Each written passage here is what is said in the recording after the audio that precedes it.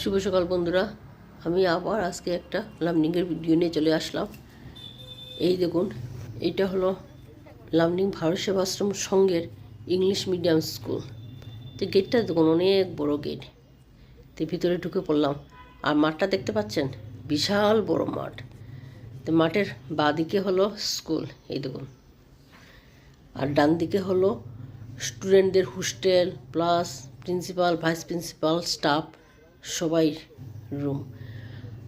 আর মিডিলে এই দেখুন মন্দির হচ্ছে গুরু মহারাজের।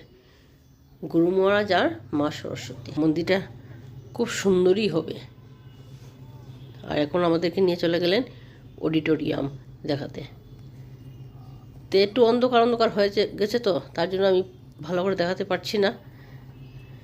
আর কতগুলো গাড়ি দেখতে পাচ্ছেন, স্কুল বাস। তারপর এইদিকে ভিতরে রাস্তা আছে, এইদিকে চলে গেলাম। এই যে নিচ দিকে নামছি, নেমে এই দেখুন ডান দিকে এটা হলো সুইমিং বানিয়েছিলেন গুরুদেব। তো এখন বেশ জল টল নেই, শুকিয়ে গেছে। আর এদিকে যারা দেখাশোনা করে ওরা সবজির বাগান, এই দেখুন। তারপরে অনেক রকমের সবজি আছে দেখতে পাচ্ছি, মিষ্টি কুমড়ো আছে, গাজর দেখুন, তারপরে আরও অনেক রকমের সবজি আছে। আর এটা হলো পুরানো হোস্টেল। তো এখানে এখন রান্না হয় আর এই যে স্টুডেন্টের জন্য আর কি। আর এটা হলো ডাইনিং হল, ওরা যে ব্রেকফাস্ট লাঞ্চ ডিনার করে। এই মাসি আর ওর বর এখানে থাকে। কিন্তু এগুলো সব আমার গুরুদেবের, মানে এত কষ্টের কি বলবো আর কি। উনি দিনকে রাত আর রাতকে দিন করে এসব করেছেন। কখন কোথায় থাকেন, কখন রাত্র হচ্ছে, কখন দিন হচ্ছে, ওইসব নিজেই উনি বুঝেন না। মানে একমাত্র এক গুরু মহারাজই জানবেন উনি কখন কোথায় থাকেন না থাকেন।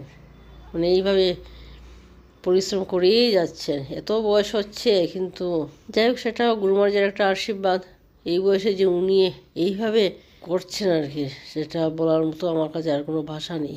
এই যে ভিডিওটা আমি দেখাচ্ছি, সেটা ওদের জন্যই আমি তুলে ধরছি, যারা কোনো দিন লামডিং আসেননি বা ওই স্কুলটা দেখেননি। তো বন্ধুরা, আজকের আমার এই ব্লগটা আপনাদের কাছে কীরকম লাগলো? যদি ভালো লাগে অবশ্যই একটু লাইক শেয়ার কমেন্ট করবেন। জয় গুরু মহারাজ।